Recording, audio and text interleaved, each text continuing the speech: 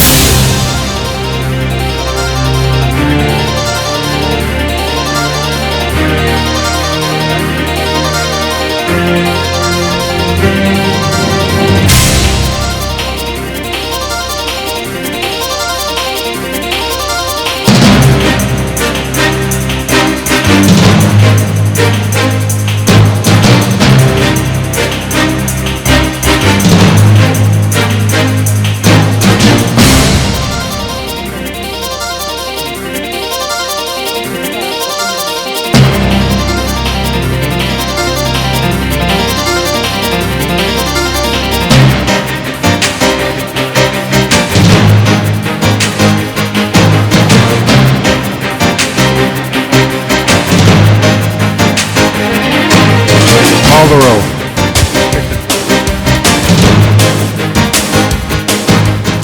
Hudson, Chick, Fuhr, Galanter, Goldberg, Hernandez, Holden, Miskowski, Pacheco, Padilla, Ridley Thomas, Fornich, Wax, Walters, Ferraro, 11 members present, and a quorum, Mr. President. All right, the council will please come to order. This is a meeting of the City Council for the City of Los Angeles on the 7th day of December 1999. There are 15 council districts in the city. The regular meeting days are Tuesday, Wednesdays, and Fridays. We are currently being viewed by cable subscribers throughout the Los Angeles area on Channel 35, and we're also being monitored by council phone. The first order of business. Approval of the minutes. Mr. Pacheco moves, Mr. Zavornich second. There's no objections, unanimous vote. The next item. Commendatory resolutions for approval. There's no objections, unanimous vote. The next item is salute to the flag. As is customary, the first meeting of the month, we have Pledge of Allegiance to the flag, and it's very appropriate that we do this special today because this is Pearl Harbor Day, December 7th.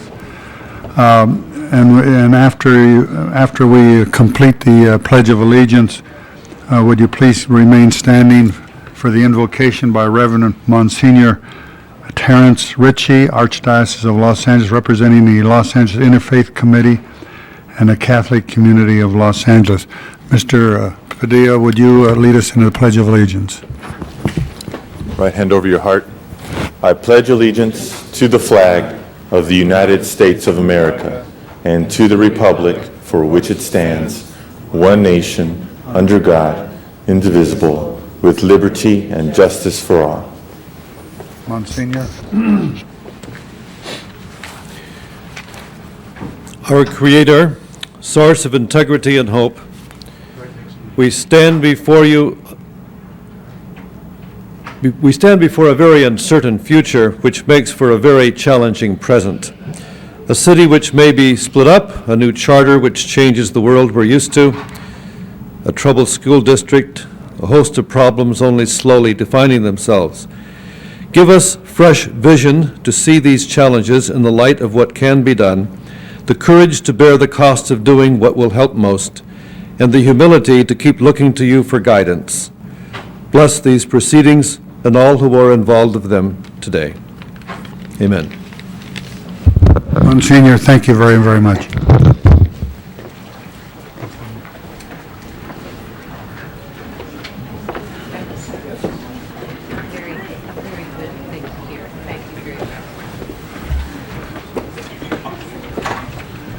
The next item.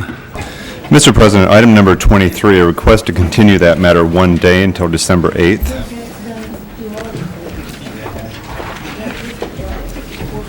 Who's asked that that be continued? Council District 7. There's no objections, unanimous vote. Item 25, a request by Council District 10 to continue that matter until March 7th. If there's no objections, unanimous vote. Item number 27, department advises the owner is in compliance and recommends that this matter be received and filed. If there's no objections, unanimous vote. Item 28, a request to continue that matter until December 17th. Is there any objections to that? Seeing none, that'll be the order. Item number 42 on the regular agenda, request to continue that matter until December 15th. Item 42, that's requested by the city attorney. Yes. If there are no objections, unanimous vote. Item number 1 is an item notice for public hearing. Anybody in the audience wants to be heard on item number 1? Seeing none, the public hearing is closed. Any discussion on this item? If not, Ms. Galanter moves. Prepare the roll. Tabulate the vote. 12 ayes. And that is approved. Next item. Item number 2 on the regular agenda is also item notice for public hearing. Is there anybody in the audience who wants to be heard on item number 2? Have no cards, seeing none, the public hearing is closed. Any discussion on this item? Mr. Stavornich moves. Prepare the roll. Tabulate the vote. 12 ayes.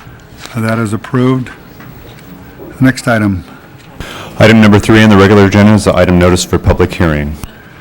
Anybody in the audience wants to be heard on item number 3? Seeing none, the public hearing is closed. Any discussion on this? If not, Mr. Hernandez moves. Prepare the roll. Tabulate the vote. 12 ayes. That is approved. Next item. Mr. President, items number 4 through 20 are items for which public hearings have been held. A motion is required on item number 20, as 2 reports are on 1 file. We'll call that one special. Item number 10 is to approve or disapprove. Approve or disapprove only. We'll call that special too. Any other specials by council members? John, 7, please. 7 is called special. 18 is called special.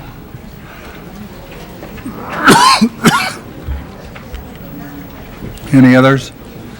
15 has been called special by Council District 3. By whom? CD3. CD3. IBM stock, that's why 7, I have to recuse myself. That's all. $1,000. Mr. President, item number 15 is no longer called special.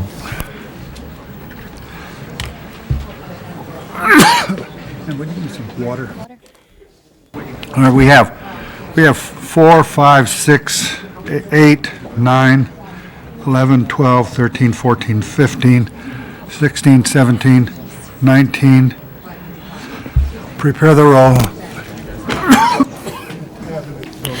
12 ayes. 12 ayes.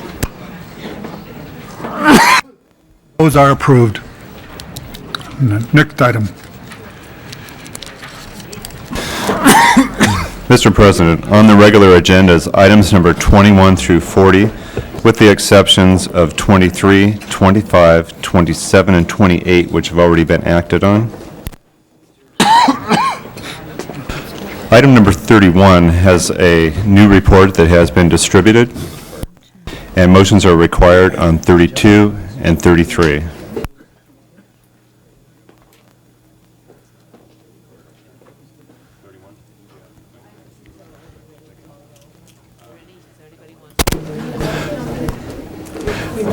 On items number 32 and 33, motions are required. Call those special.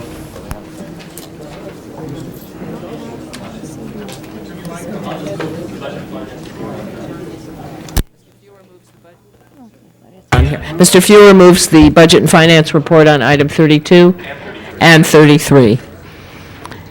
Anybody else? Seeing none, call the roll.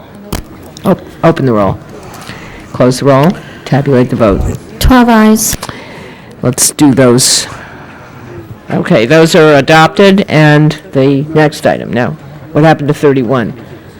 We were in transition as I was walking up here. All 31 has a request to speak from the public. right, we'll matter call is that called special special. then. Okay, next item. Item number 32 also has a request from the public to speak on that matter.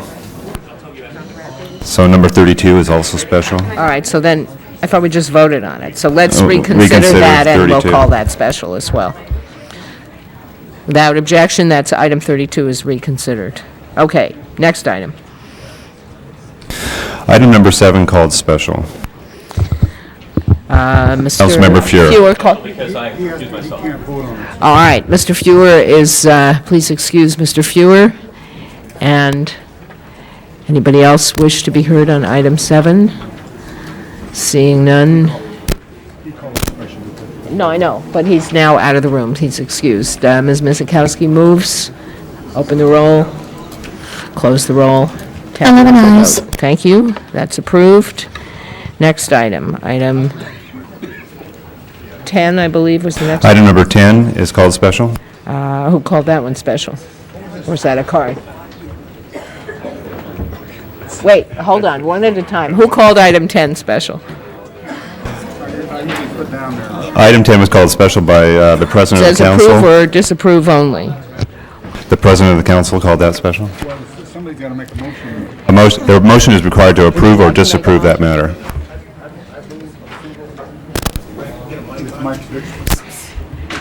Mr. Hernandez? I move approval of the Community Economic Development Committee report on this item. All right. Anybody else wish to be heard on item 10? We have a motion to approve.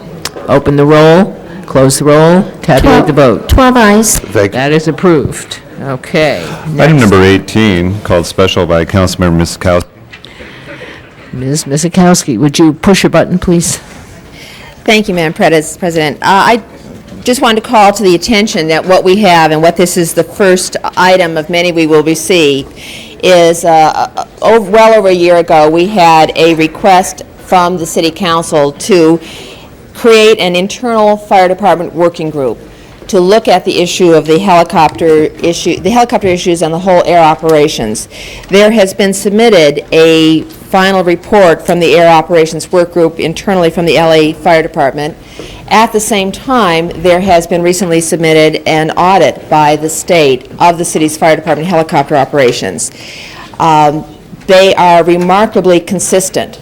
They indicate that we have overall a high-quality operation in the Los Angeles Fire Department, but there is also consistency in the need to coordinate and create a new management process there, putting the entire air operations under one battalion chief at the Air Operations Center at the Van Nuys Airport, to put dedicated paramedics there at the airport with the Air Operations Group. Right now, that does not occur. The paramedics have to come from outlying stations, and as a consequence, the helicopters themselves are sometimes delayed from getting up and responding in an emergency because the paramedic is not there.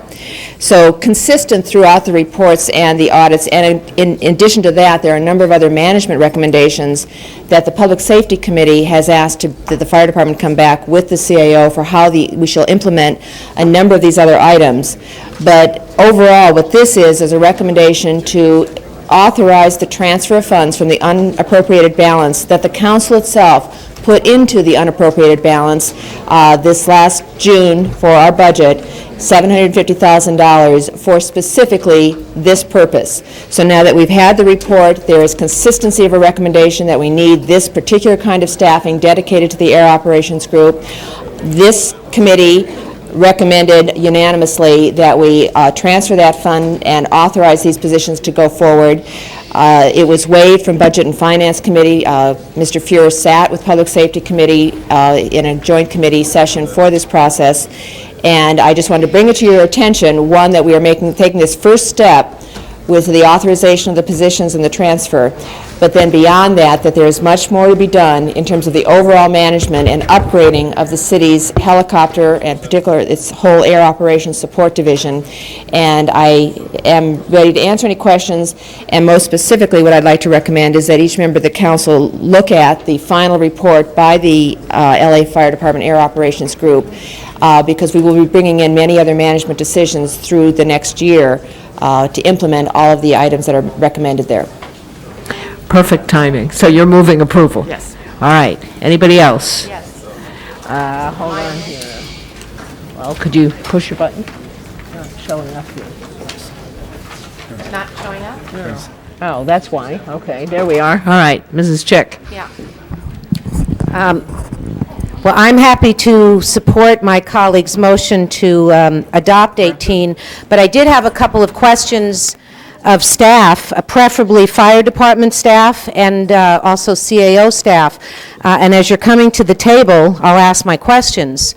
First of all, it was my understanding on some of this that this was allocated in through this year's budget process and has been in the unappropriated balance waiting for the fire department to come and make the request for transference. So that's one question. Two, and very importantly, I'm certainly aware, as my colleagues are, that we are having trouble staffing and keeping numbers up of paramedics. And so right here, we are, as a priority, saying that we need 6 more paramedics with air operations. Are we going to be moving paramedics from an existing place over there, or are we hiring additional staff or training additional staff for these positions so that we're augmenting staff?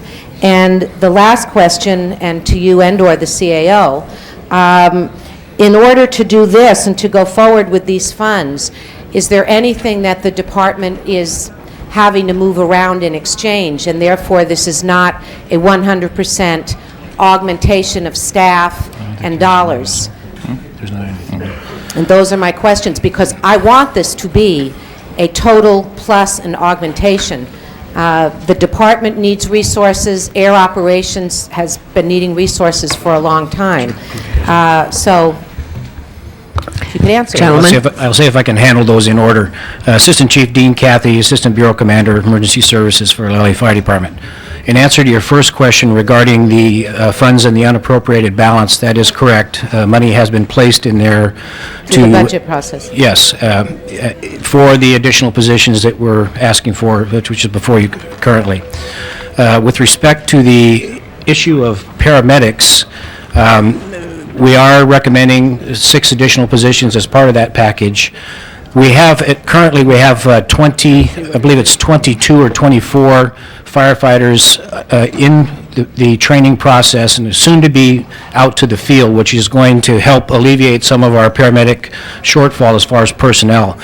Part of that plan to put those people there was to be able to not only get our staffing back up, but to be able to handle the staffing for the air operations HELATAC members. So while it is not correcting our problem, that group will help to mitigate the impact of adding additional resource, basically additional paramedic resource. And then the whole package is a plus?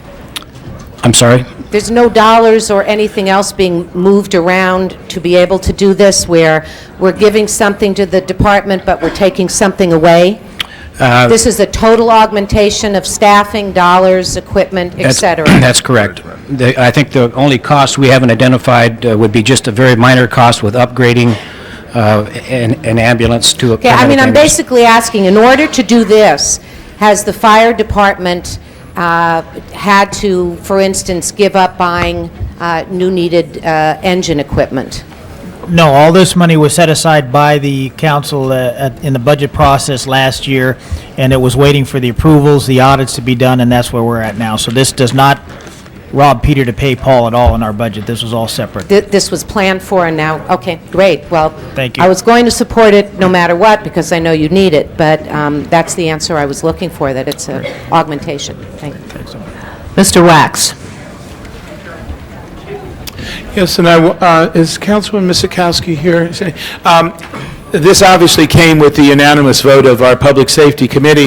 There's one thing that is not here, and I don't know whether it was supposed to be a part of this, Cindy, or whether it's going to be in a subsequent, well, we talked about an additional replacement helicopter that the department was going to request funds for in the following year's budget, but given the lead time between when it gets in the budget and when it might be purchased, and given the fact that the helicopter that would be replaced is reaching its maximum number of hours before that, we wanted to expedite the purchase of that new helicopter. Is that going to be for the next meeting, or is that? That's going to be in our next meeting where we ask the fire department to report back, and it's one of the highest priorities in the rest of the report in terms of their recommendation. All right. There will be a request, members of council, to move up the process of replacing an existing helicopter prior to putting it into next year's budget, because of the time from when money is appropriated to when the time it's actually purchased and put in operation. We don't want to have a 6-month or so period of which we're using a helicopter that may or may not be safe. So that will then be coming at the next meeting.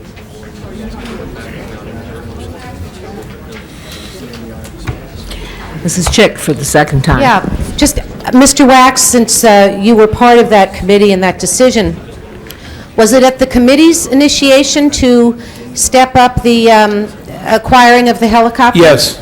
Okay, because I know some years back, through a motion that I introduced, we looked at a regular helicopter replacement program for both PD and FD, knowing that these are essential pieces of equipment for the safety of the public. I wanted to confirm that the department didn't come forward and ask, because that was part of the problem in getting the regular replacement program put into place. The department told us that they had planned to, they were requesting that to be a part of the July 1st budget. The problem was the 8,000 hours would probably be reached by then, and the reality is if it got in the budget then, it may not be till January, the next December, 6 months later till you actually had Well- it, and there would be a 6-month period, so better buy it now so that it's ready to go when the 8,000 hours Then are up. I'm very grateful that my colleagues thought of it if the department didn't itself. Thank you. I think we're ready to vote. Open the roll, close the roll, tabulate the vote. 13 eyes. And forthwith on that one, please. Thank Next you very item. much. Thank you. Item number 20 was called special by Councilmember Farrell because a motion is required. Okay, item number 20. We have reports on one two file. reports on file, transportation and personnel. Personnel seems to concur with transportation and adds one further amendment.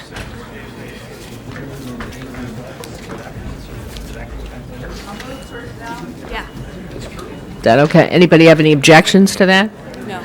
All right, the Personnel Committee report is before us, which incorporates the Transportation Committee report. Anybody wish to be heard? Seeing none, open the roll, close the roll, tabulate the vote. 13 eyes. Isn't this nice? Next item. Item number 31, a request from the public to speak on that item. Item 31, Mr. Robinson.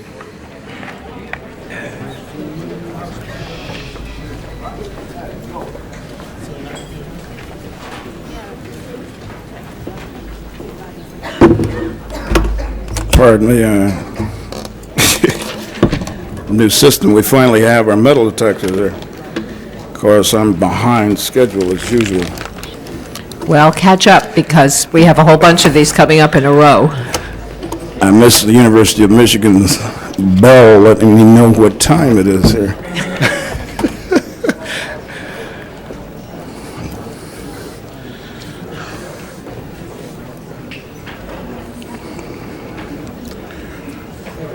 Honorable President, members of council, at this time of tax reform, the expertise that you have in the city should be utilized. Thank you. Thank you. That closes the public hearing, and item 31 is before us. Anybody on the council wish to be heard? Hearing none, open the roll, close the roll, tabulate the vote. 13 eyes. Thank you. That is approved. Item 32, I believe we also had a card. Mr. Leonard Shapiro.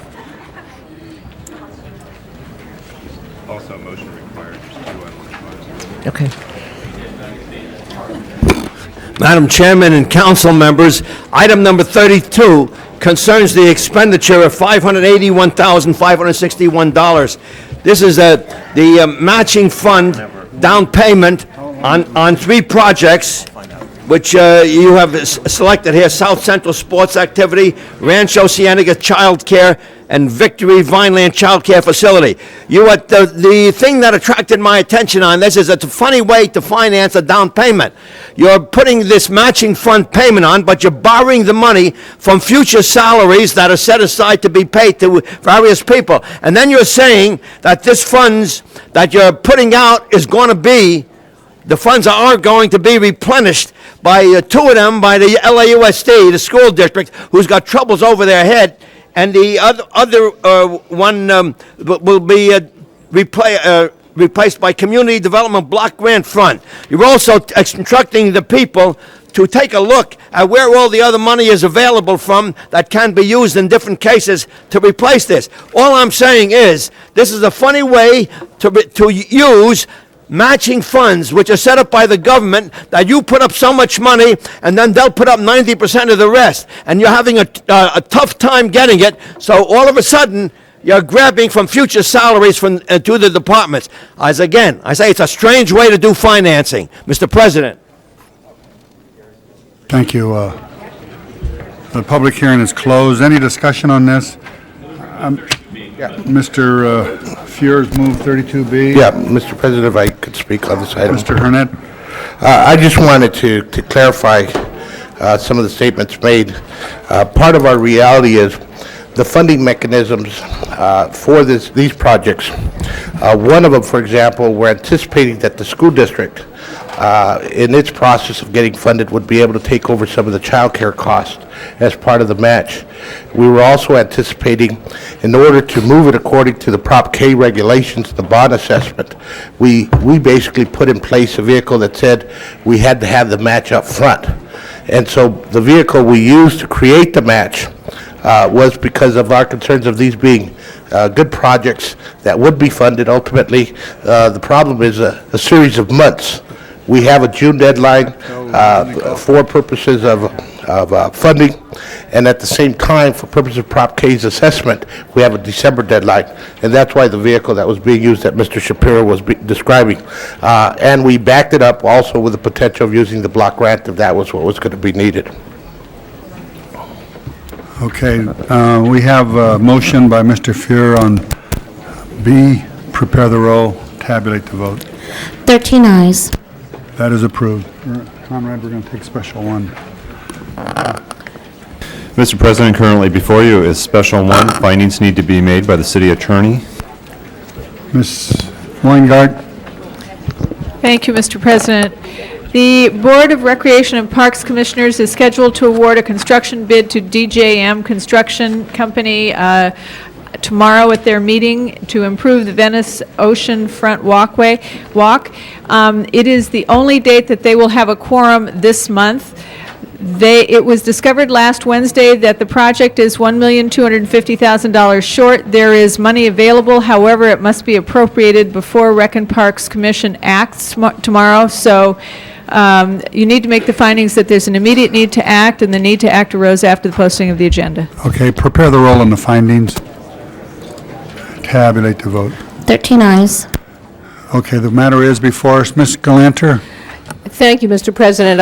I don't want to take a lot of the council's time on this issue. This is a project that the council has approved, the Recreation and Parks Commission has approved, and it's essentially the total refurbishment of the oceanfront walk area of Venice Beach. Unfortunately, because of the funding shortfall, we've had to find another source of money, and what this would do is establish an account that would take money from the Venice Surplus Property Fund to pick up what the city's budget is not going to be able to cover. So I urge your immediate approval so that we can get the work done before next summer. Is there any further discussion? If not, prepare the roll on Special 1. Tabulate the vote. 13 ayes. That is approved. Forthwith on that. Forthwith. Thank you very you were much. terrific. You were eloquent. Okay. Mrs. Walters for a presentation.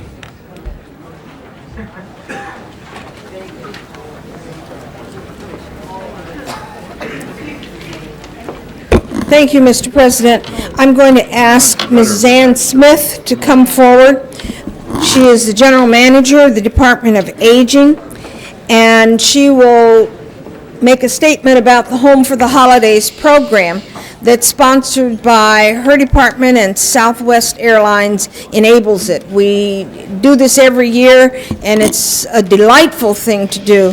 It's certainly Southwest Airlines taking their resources and putting them to the very best possible use. Ms. Smith. Thank you, Mrs. Walters. Today marks the 20th year that Southwest Airlines has teamed with the Department of Aging to ensure that seniors are with their family and friends over the holidays. This is a very special year because seniors will be able to be with their families and friends as the new century begins to dawn. I'd like to commend Southwest Airlines about their continued support in the city of Los Angeles for providing this important service to our seniors. Thank you very much, Mrs. Walters.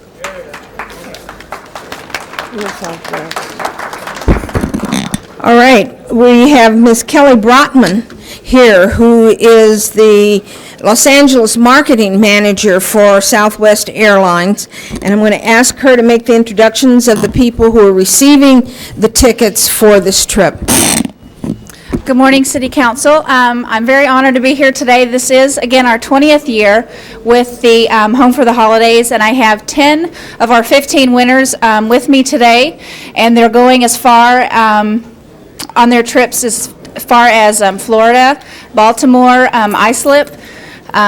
Few people going to St. Louis, all the way to Houston, my home state, and they're just very, very thrilled, and we're having a reception with them today. And again, I'm very thrilled and very honored that they could come here today and meet all of you, and they're just really thrilled to be going home for the holidays, to be able to see friends and family. And again, we just thank you, and we really appreciate all of the work from the Department of Aging, and are very thrilled to be a part of this organization. So thank you. Do you want to introduce them one by one? Sure. We have Julius Hernandez. He's in the back. He's going to El Paso.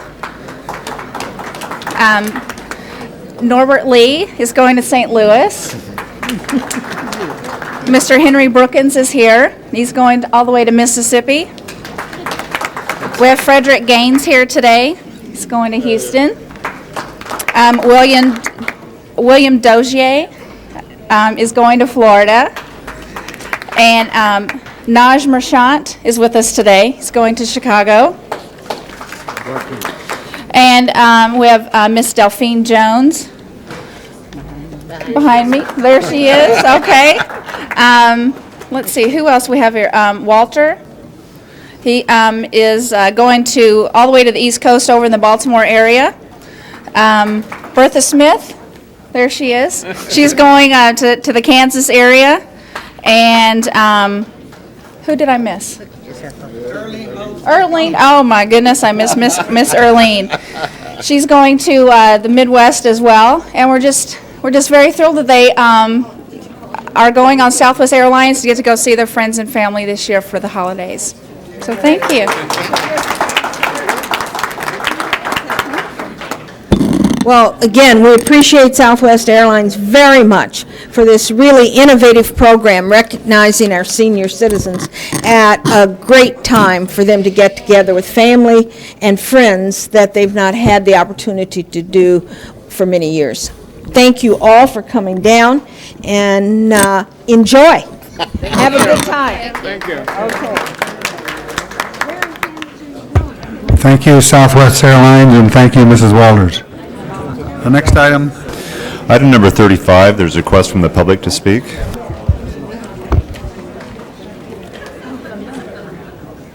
All right,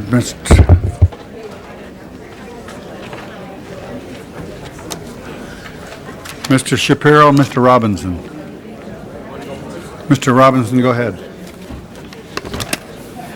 To introduce Mr. Shapiro again. Mr. President, members of council, Mr. Shapiro, the Los Angeles Observer, has been defending you against shoddy auditing practices for decades. What is needed is a little Hoover Commission. Thank you. Mr. Shapiro, did you write his speech? Mr. President, Mr. Robinson is capable of writing his own speeches. He comes here all the time, he knows what's happening.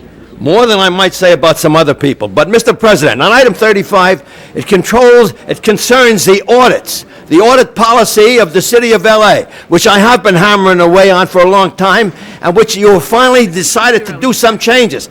But the basic changes that you're doing is to give more responsibility to the city clerk's office. You are saying that all past audits will be placed in a centralized audit repository and of all special studies completed over the past 5 years. You're going to put that into a ITA-generated depository that people can get it. I think it's a good idea as far as it goes, but I think that people ought to understand what is happening here with the audit situation.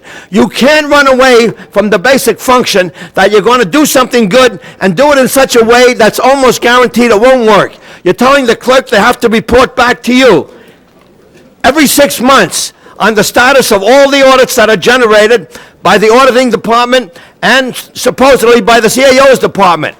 You got to understand the CAO's department, they say right in here that for the last 5 years, they have not generated any management audits, and the new charter states that you must have management audits. Management audits is concerned with the fact, is the department operating efficiently and effectively and doing the best job they possibly can. A financial audit just determines if money is being spent properly or improperly. You need both type of audits. And since 1994-5, you have had no management audits whatsoever of any of the departments. Everybody creeps along. If they're doing something wrong, they're doing wrong. Now, as far as the regular audits are concerned, the financial audits, they come down. The council president and few people who are concerned get it, the mayor's office get it, and then the thing lays. It lays right in there. Nobody answers it. It doesn't get, a few people answer a few of the recommendations, but the basic recommendations are unanswered. And I hope that the setting up of this new policy, where a 5-year study will be set up and will be activated and reports have to be made, will work. But I'm telling you right now, as far as I'm concerned, you need an audit oversight committee, just like the county of Los Angeles has. Okay, thank you, Mr. They've had it Shapiro. for a long time. You have Mr. to face your responsibilities, Mr. Mr. Shapiro, President. Yes. I want you to control your blood pressure. Please, It's controlled, Mr. President. Please be seated. Okay, Mrs. Chick, public hearing is closed. Yes. Well, I appreciate Mr. Shapiro's enthusiasm because this comes from a motion that I introduced to create, in fact, an audit policy for the City of Los Angeles. Colleagues, we have spent a great deal of public dollars having consultants hired and doing studies and audits, as well as our own city family doing audits of their own department or CAO staff doing audits. And in fact, there's no central database, no single point where other city staff can go, where city council members can go to look up what the results and the recommendations were and to make sure they're implemented. We pay too much money to have studies done that sit on a shelf and never get implemented. So in terms of government efficiency, this is a step in the right direction to make sure that all the audits that are done end up being implemented, end up being able to be viewed by both the public, as Mr. Shapiro pointed out, and by policymakers and city staff. The police department has expressed a concern that because the Board of Police Commissioners and/or the police department management sometimes do reports and studies that they call audits regarding confidential personnel issues, I would like to add some language to the committee report. And on number 3A, to make an exception in terms of all audits or studies completed in the past 5 years, and the same for B, all future audits, to exclude LAPD and Board of Police Commissioners audits involving any confidential personnel information. In other words, the reports that the department and the commission consider confidential will not be mandated to be part of the public record. We'd be violating our own charter and ordinances. So if I have a second on the amendment. Okay, thank you. Discussion, we have an amendment. No objections to the amendment, so we'll prepare 35, is it? As amended, tabulate the vote. 13 eyes. And that is approved. Next item. Mr. President, item 37, there's also a request from the public to be heard on this matter.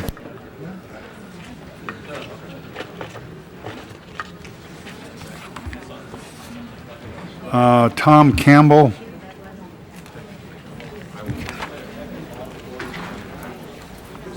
Mr. President, members of the council, my name is Todd Campbell with the Coalition for Clean Air. I'm here to support the motion presented by council members Galanter, Ridley Thomas, and Mishakowski on developing criteria for city contracts that offer incentives for alternative fuel use. As you know, the city of Los Angeles, as well as the South Coast Air Basin, suffers from some of the worst air quality in the nation. And we need to strive and provide incentives for mechanisms that reduce air toxics, nitrogen oxides or smog precursors, as well as carbon monoxide, which is a smog precursor. Supporting this measure will develop the necessary criteria to provide the mechanisms for us to get to cleaner fleets and provide incentives for taxi drivers and taxi fleets, which are a significant source, over 1,800 permits to the city of Los Angeles. I urge you to move in favor of this motion, and I appreciate your time. Thank you. Thank you. Leonard Shapiro.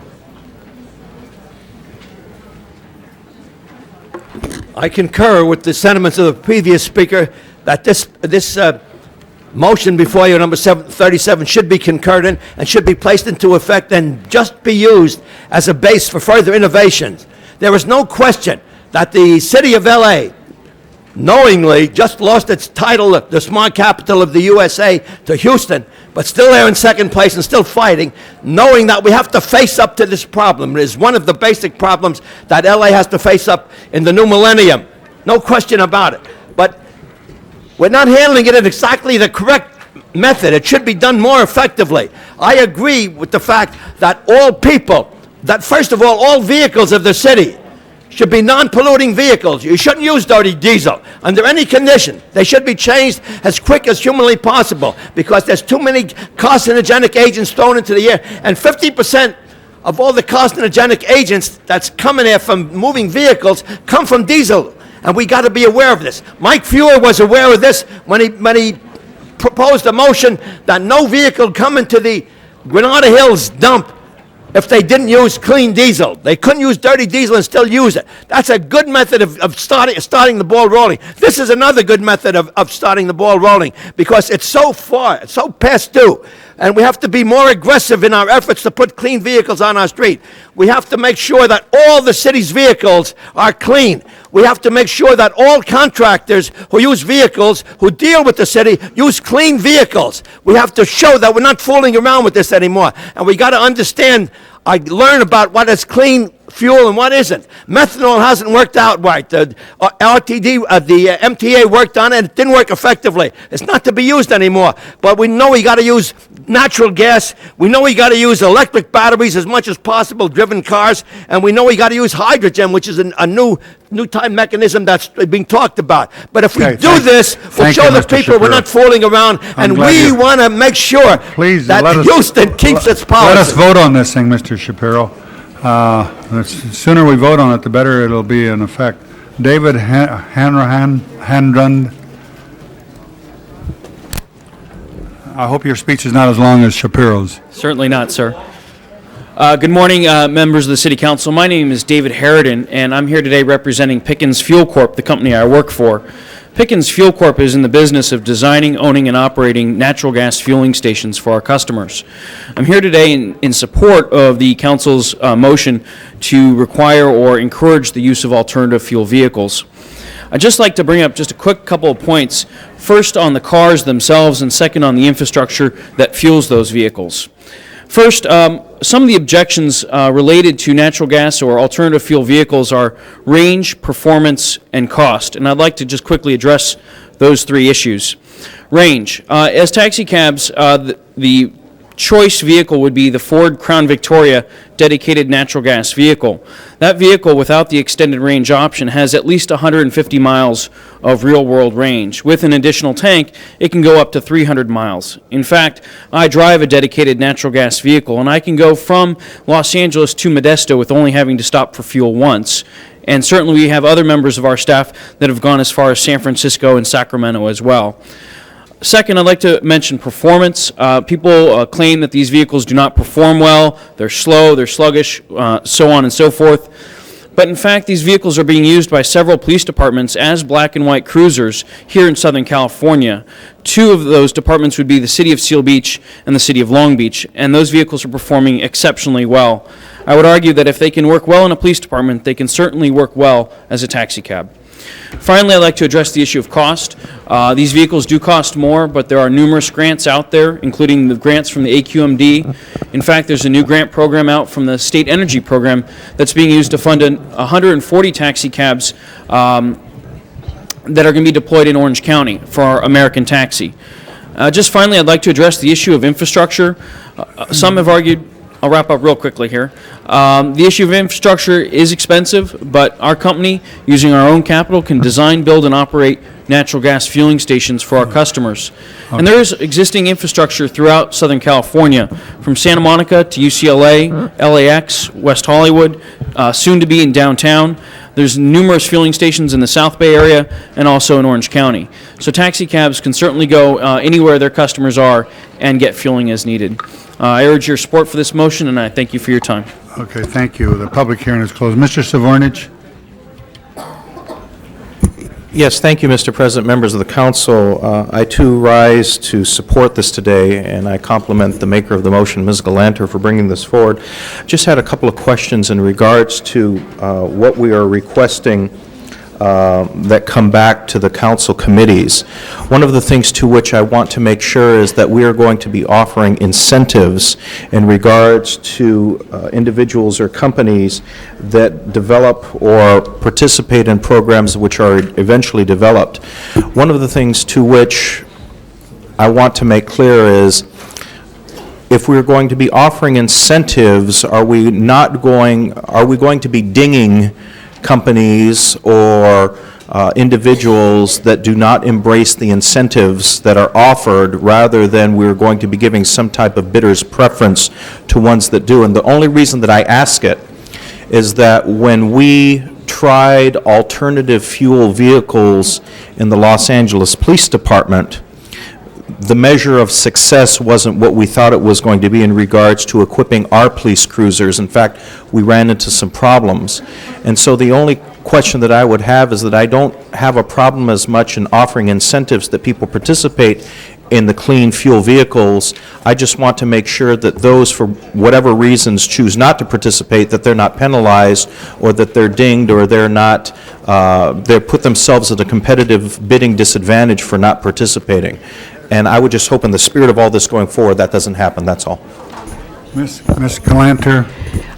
First of all, I'd like to thank Mr. Savornich for his support for this today. The answer to your question is that what this motion actually does is it has two pieces. The first piece is it asks the Environmental Affairs Department and the CLA and the CIO jointly to develop and report to your committee on a package of possible incentives to offer and how we might do that. It also, in the second part of the motion, and one which I think is very critical, asks the Department of Transportation to come up with a report again to your committee as to how an incentive program might be incorporated in the taxi franchising. So what we're talking about is an incentive program. We don't have the design of the program, but you'll recall that, I know you recall, that the council has a number of times in a number of contexts sought to encourage the use of our own economic power to encourage alternative fuel vehicles in order to clean up the air. So we're looking for ways to encourage it. But I believe the reports should come back to your committee. What I'm anxious to do today is to pass the directive to the Department of Transportation and the other departments so that it's clear that the council wants them to work on this. Okay, we have item 37 before us. Prepare the roll, tabulate the vote. 13 ayes. That is approved. Next item. Item number 39, a request from the public to be heard on this matter. Leonard Shapiro. Mr. President and council members, I'll be brief. This BID is being proposed, the Business Improvement District for the Chinatown area. Now, the people have said that they're in favor of it and so forth. You've heard me speak on BIDs many times in the past. I've always requested that they turn in reports because I know they clean up the area, they sweep the streets. I know they pay for additional security on there. And I also know, which you don't know, that they set up a bureaucracy and they set up the consultants to make sure they get the $75,000, which is being handed to them, to be used as ineffectively as possible. Now, if they did a good job, why don't they give us reports? There's about 25 different BIDs in the city. None of them send out reports. If they're using city money to get started, why don't they let us know, Mr. President? Okay, we have any discussion on 39? The public hearing is closed. If not, prepare the roll, tabulate the vote. 13 eyes. That is approved. Next item. Mr. President, item number 41 is a closed session item. We'll hold that on the desk. Anything else?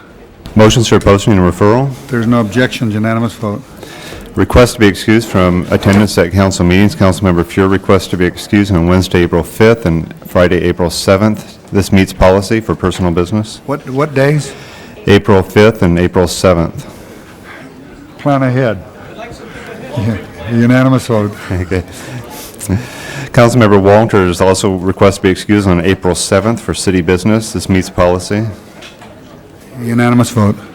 Councilmember Svornich requests to be excused on January 28th and January 12th and 25th to leave at 11 a.m. This is both personal business and city business combination. Meets policy.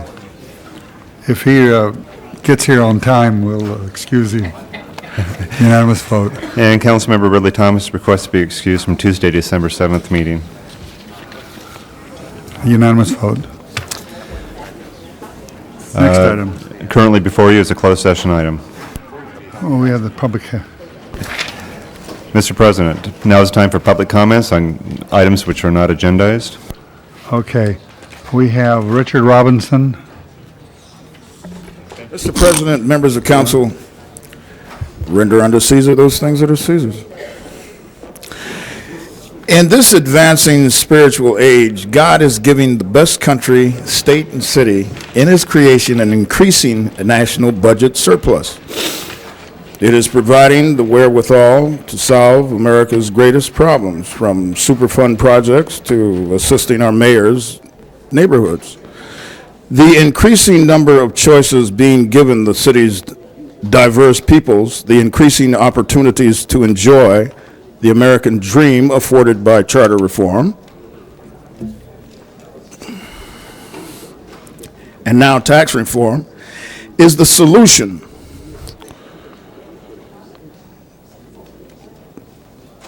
Mr. Ferraro, sir, those of you who enjoy the luxury of power can best serve those of us who are not wealthy by making government work, by helping yourselves.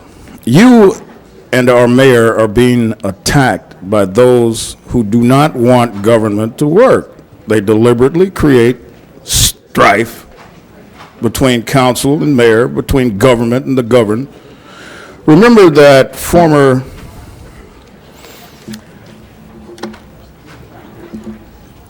the former Prime Minister of Great Britain very succinctly said, you cannot give sufficient help to the unfortunate member of society if you do not give sufficient opportunity to the able. Unquote.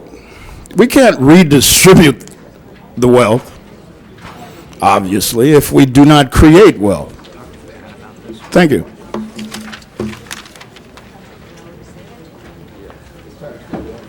Mr. Shapiro. Mr. President and council members, This is the public comment period, and I'd like to welcome the City Council back from your attendance at the National Cities Convention. I'm sure that everybody came back and learned quite a bit from the way other city councils operate in different parts of the city. I brought this matter up about 5 years ago, and I told the delegates to the convention, which was held someplace far away, that they should send in a report. Ruth Galanta did send me a report. Mr. Ferraro promised to send a report, but he never did. I think that everybody who attended this convention should let me and the rest of the citizens of this great city understand why you went there and why it's so necessary to go there. Why in the last 15 meetings you've lost the attendance of 7 meetings. Of 50, you're batting 50%, or 500, as they say in lingo. But it's good to see you back again. And I know that you all been briefed. Now we can come back here. I know that after you attended the other cities' problems, hurt to them, you're going to face some of the problems that we have here in LA that you refuse to face, like the problems of the homeless. It's never mentioned anymore on the council floor. It used to be the problems of traffic and the problems of crime. Why is everybody afraid of the word ramparts? Ramparts is giving us a reputation all over the United States. It should be mentioned here, at least, that we do not tolerate this type of planting evidence, shooting people, framing them, perjuring themselves in court. It shouldn't be allowed, and the city council should take a stand against and do something. We should have a drug policy. What are we going to do about the drug? The unequal sentences you get for crack cocaine and regular cocaine. The fact that the prisons in some places have 50% of the people in there on drugs alone. And we have to face this problem, and the city of LA has to face that. We also have to face the problem of the CRA, which has gone practically bankrupt right now. And that instead of getting new areas, like in Mr. Padilla's area, to set up a new CRA to perform the same type of incompetent problems that we have there, we don't have to worry that 80% of the property taxes in the downtown area right here goes to the CRA. Only 20% goes to the people of the city of LA. We do not have to allow this thing to continue. We also know that we have to face the smog problem, which you're doing a little bit on it today, and we have to face campaign contributions. We have to talk about putting a lid so that if any ordinary citizen wants to run, he can get some matching funds. Not that you have to raise $35,000 to run for city council before you get nickel number one, or you have to raise $100,000 before you can get any money whatsoever for the mayor's race. I say these are problems, some of them, there's a lot more, but I can't talk all day on this. But there's a lot of problems facing the city council, and everybody should be courageous enough to stand up and face them. Mr. President. Thank you. John Williams.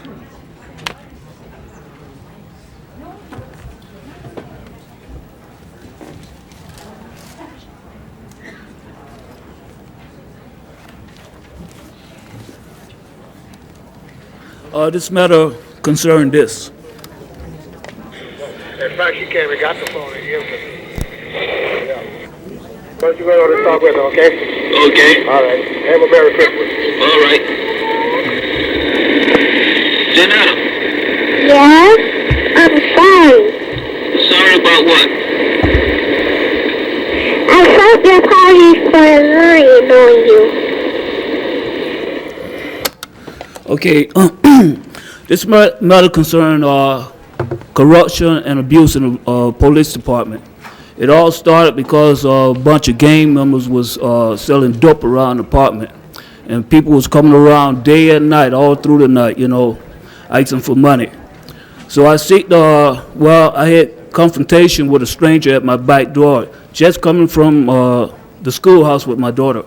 And when I went down to the police department, they falsely arrested me and put me in a mental hospital.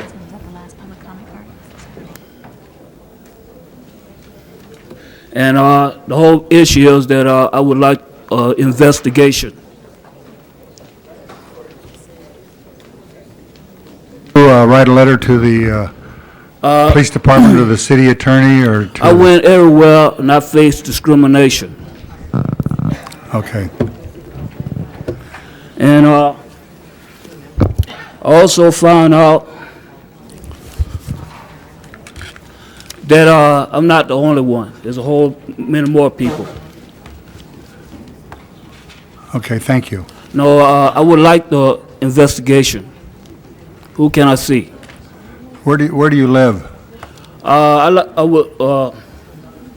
want to see Chief Bernard Parks. Yeah, well, he's over in the other building. The police Is there any way building. you can arrange a meeting with him?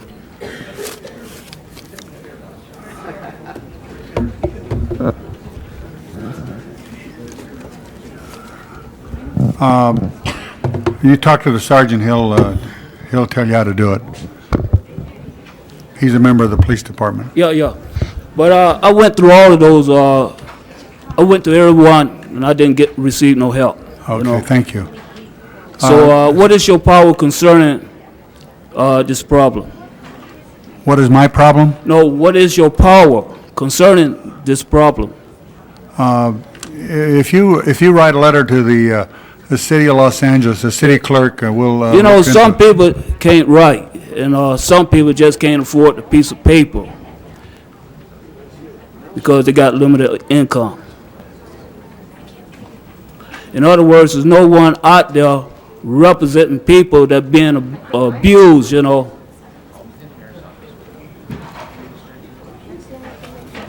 Okay, thank you very much.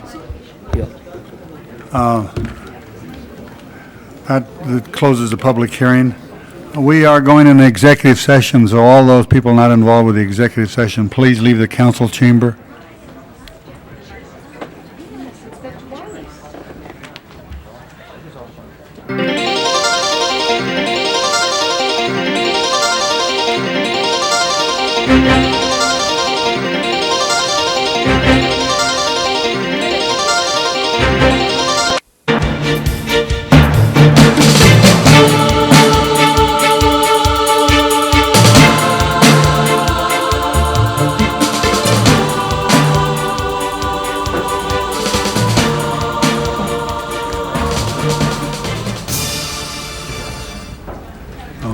Okay, we're back in open session. Next item. The desk is clear. All right, we have adjourning motions. Yeah, I have two. Would everyone please stand?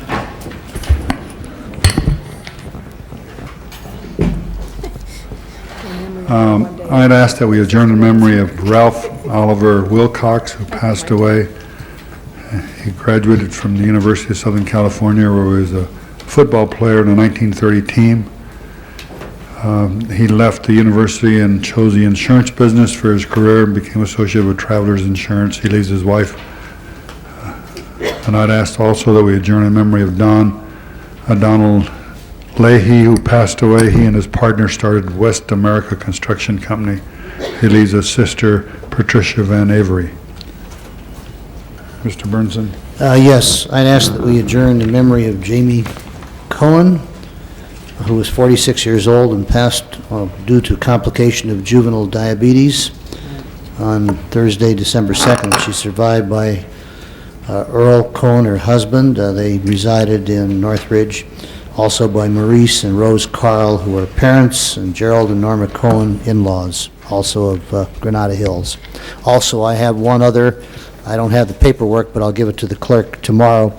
I'd ask that we adjourn in memory of Edward Meehan, cousin of my wife Robbins, who passed away in St. Louis last week. All members.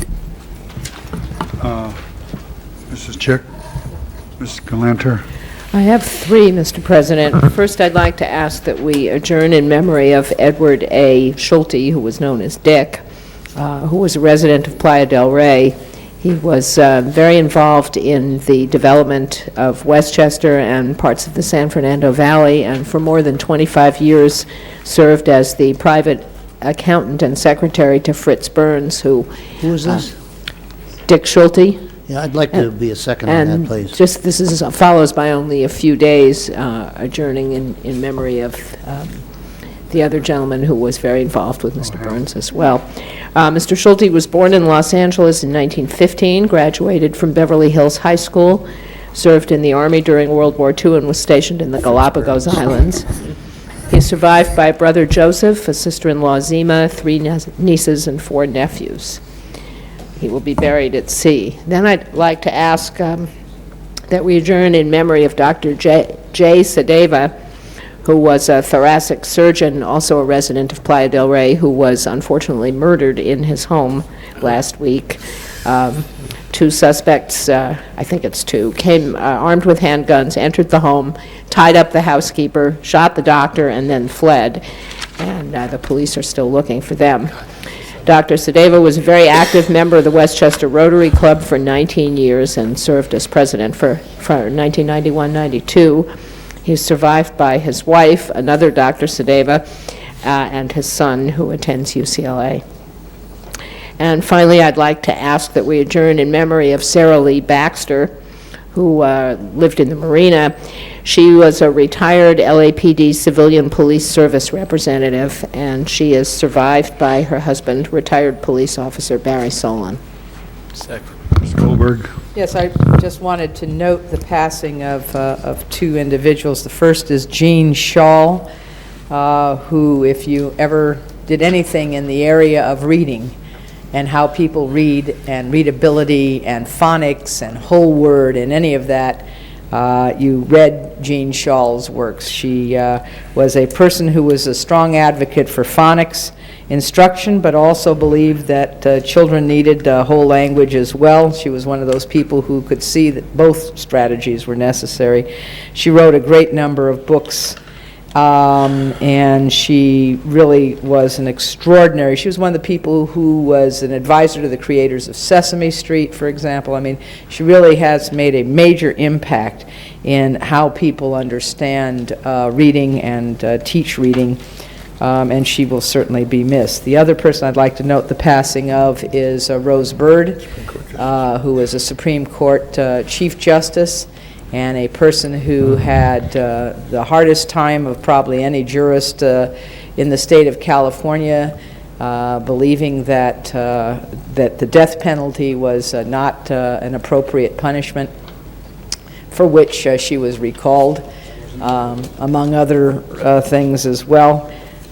She defended the right, in particular, of women to reproductive choice in all of its forms, and was an interesting, dynamic woman who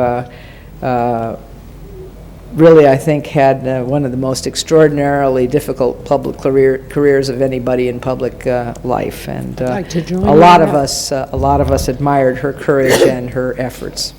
I'd like to join on that. I think all members on that. Mr. Hernandez, I just wanted, Mr. Savornich.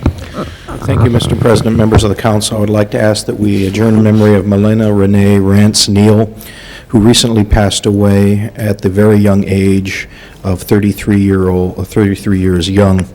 She was survived by her mother Alma, her aunt Alfreda, and godmother Vivian.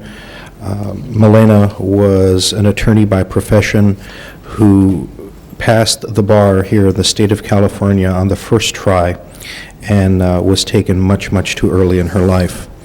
Also, I would like to ask that we adjourn in memory of Giuseppe D'Amato, who was the father-in-law of Anne D'Amato, who passed away on December 5th, just a few days ago. He was born on February 8th, 1907, in Balestradi, Sicily, Italy, and was a commercial fisherman for his entire life. He is preceded in death by his wife Giuseppa, and is survived by his sons Francesco, Jim, and Andy, who is the husband of Anne, a daughter Maria, and 11 grandchildren and 14 great-grandchildren. He was also a member of the Italian Catholic Federation, and his services will be tomorrow, Wednesday, December 8th at 1:30 p.m. at Mary Star of the Sea Church in San Pedro. Mr. Wax. Yes, Mr. President, unfortunately I have four. First, let me say with respect to Jean Shaw, I'm glad Ms. Goldberg recognized her. She served this city also. When we years ago had a proposal to have the first simplified ballot, because of the complexity of the way the ballots were written, we brought in reading experts to help us adopt a formula, and she was one of the people who donated her services to make sure that we in fact did have something that was readable by the people to go along with the more complicated legalese that you often get.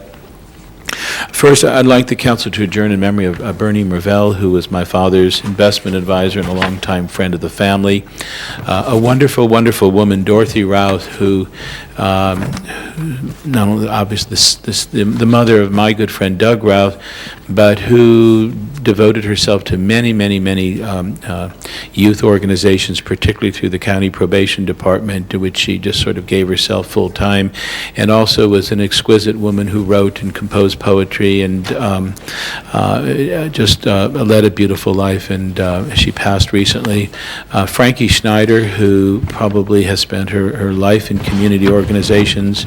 And finally, I know Mr. Fuhrer will want to join me in memory of Rosella Famillion, one of the matriarchs of the Famillion family, who, along with her husband, George, were involved with the David Famillion Chapel, founding the David Famillion Chapel that we spoke at that ceremony last week when it celebrated its 50th anniversary at .RAL. But the Famillion family is a remarkable presence in our city, in the business community, in the philanthropic community, in the arts community, and in every possible way. She leaves her daughter, Annette Shapiro, who is synonymous with all incredibly good causes in our city and in the Jewish community, and her son, Arnold Famillion. And I'll give the clerk the pertinent information. John? Thank you, Mrs. Walters. Mr. President. I want to be a signator to the memorial for Justice Rose Bird. Women throughout the state celebrated when she was nominated to that position.